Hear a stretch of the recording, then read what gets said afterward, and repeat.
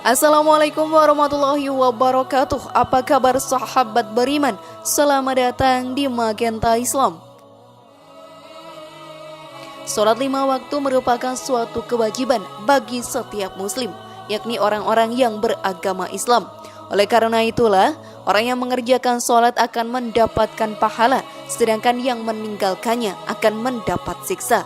Dan tanpa kita tahu sahabat beriman, siksa pedihlah yang akan kita rasakan dalam meninggalkan sholat yang wajib kita jalankan. Lalu apa siksanya sahabat beriman? Maka tonton video ini hingga akhir dan temukan jawabannya.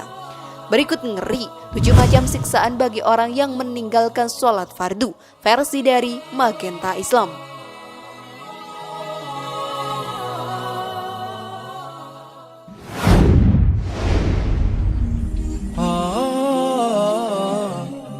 Sholat adalah kunci dari diterima atau tidaknya setiap amalan yang kita lakukan. Bahkan sholat menjadi penentu yang paling urgen pada saat manusia ditimbang amalnya pada yaumil hisab nanti. Manakala sholat seseorang baik, maka akan baik pula lah seluruh amalnya. Akan tetapi bila sholatnya buruk, maka akan buruklah semua amalnya. Oleh sebab itu, sebagai muslim, kita perlu menjaga sholat kita agar kita diselamatkan dari siksa neraka sakor. Rasulullah Shallallahu Alaihi Wasallam bersabda, orang siapa yang memelihara atau mengerjakan sholat, maka ia akan mendapat cahaya atau nur, petunjuk jalan dan kebebasan selamat dari hari kiamat. Orang siapa yang tidak memelihara sholat, ia tidak akan mendapat cahaya, petunjuk jalan dan kebebasan. Bahkan di hari kiamat nanti, ia akan bersama dengan Qarun, Fir'aun, Haman, dan Ubay bin Khalaf. Hadis riwayat Ahmad dan Tabrani. Telah jelas tergambar sahabat beriman betapa pentingnya sholat fardu itu. Sebab sholat akan menjadi penanda bagi kita mendapatkan jalan keselamatan, dan yang meninggalkannya akan mendapat siksaan. Lantas bagaimana akibatnya bila orang-orang lalai dan sering meninggalkan sholat? Apakah siksaan itu sahabat beriman? Maka mari kita bahas lebih dalam. Namun sebelum lanjut, klik dulu tombol loncengnya supaya kita tetap bertebar syiar melalui channel ini. Mari berbagi pengetahuan dan ilmu yang bermanfaat. Amin ya robbal alamin.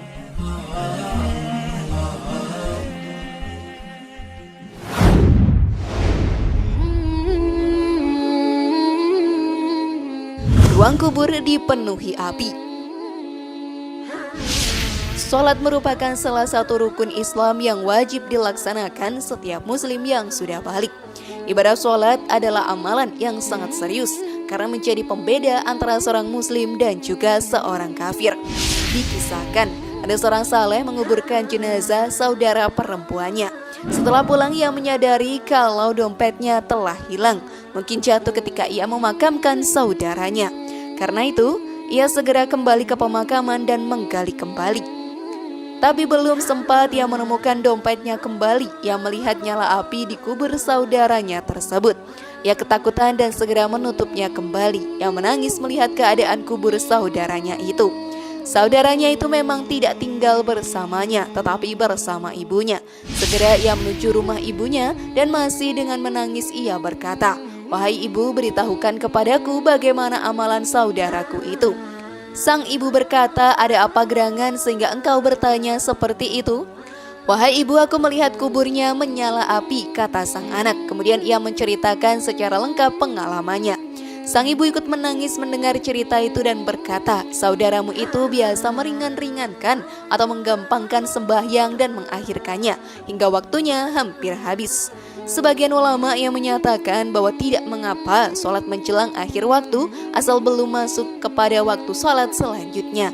Kemudian tidak ada maksud untuk menyepelekan sholat itu kecuali benar-benar karena situasi dan kondisi yang tidak memungkinkan. Jangan sampai ruang kubur kita menjadi panas hanya karena kita lalai dalam beribadah sahabat beriman.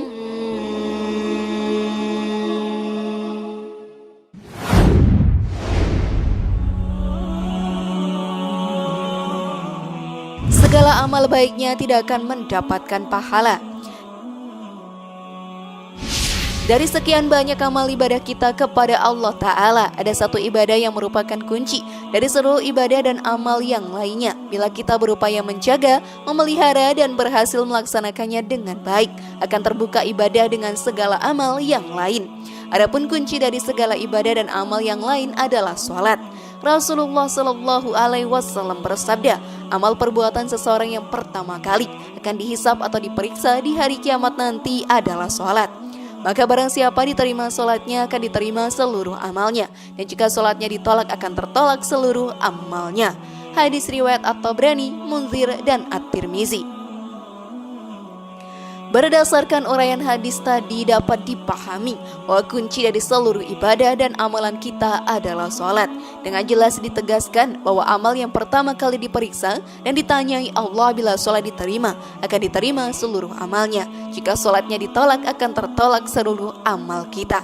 Maka jika kita meninggalkan sholat sahabat beriman, maka segala amal baik kita akan berakhir sia-sia belaka. Lantas apa artinya kita hidup di dunia sekarang sahabat beriman?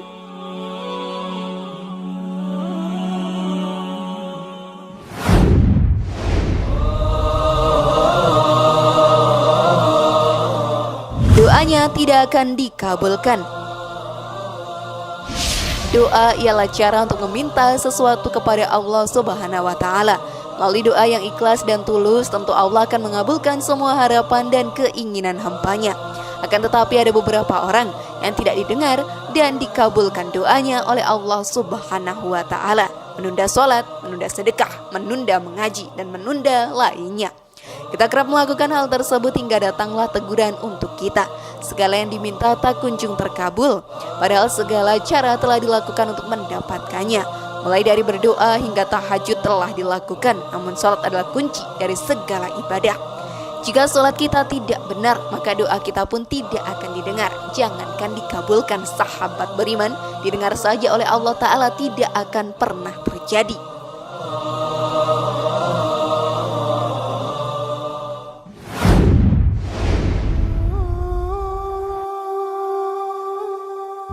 Mati dalam kondisi terhina.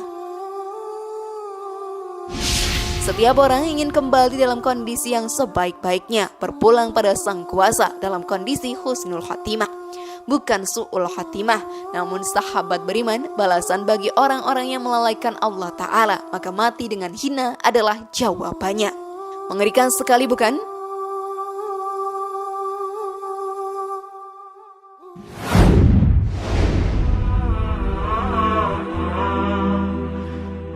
Kuburannya menyempit sehingga tulang-tulang rusuk saling bersimpangan.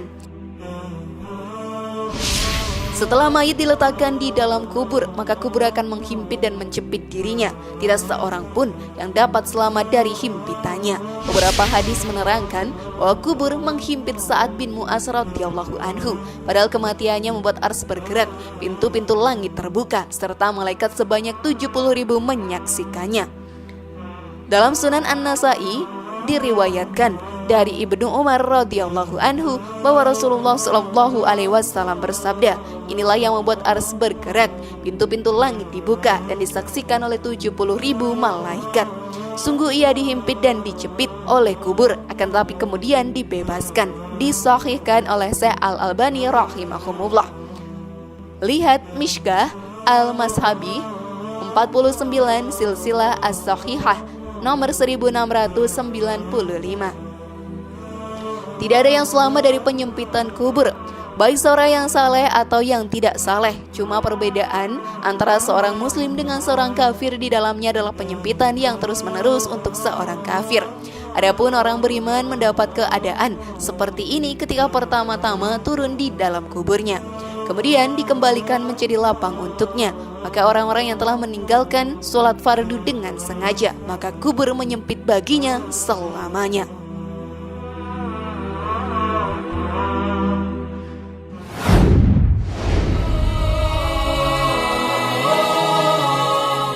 Dibenci Allah.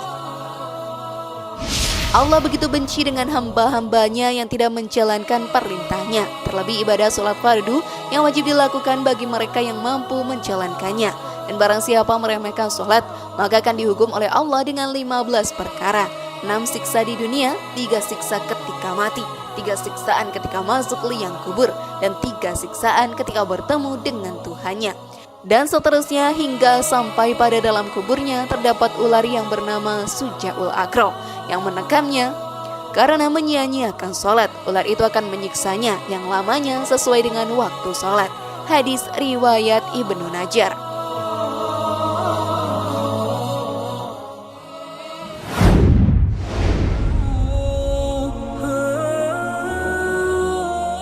Di alam kuburnya akan ditemani ular besar utusan Allah.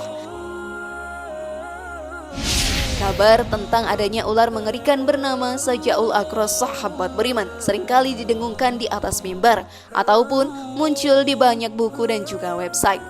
Sujaul Aqra disebutkan sebagai sang teman kubur, orang-orang yang melalaikan sholat mereka. Inilah salah satu dari beberapa jenis siksa kubur yang begitu mengerikan. Di dalam kubur yang gelap, Sujaul Aqra akan muncul menjumpai seseorang yang saat hidupnya gemar meninggalkan sholat. Suaranya menggelegar bak halilintar, berkata kepada si pelalai sholat, "Aku diperintahkan untuk memukulmu, karena kau meninggalkan sholat dari subuh ke zuhur, kemudian dari zuhur ke asar, dari asar ke maghrib, dan maghrib ke isyak hingga subuh." Sujaul Aqra kemudian memukul dengan keras terus memukul hingga hari akhir kelak. Penampakan si ular sangat mengerikan, berukuran besar, matanya dapat memancarkan api, tangan dan kukunya terbuat dari besi dan membawa alat pukul dari besi pula.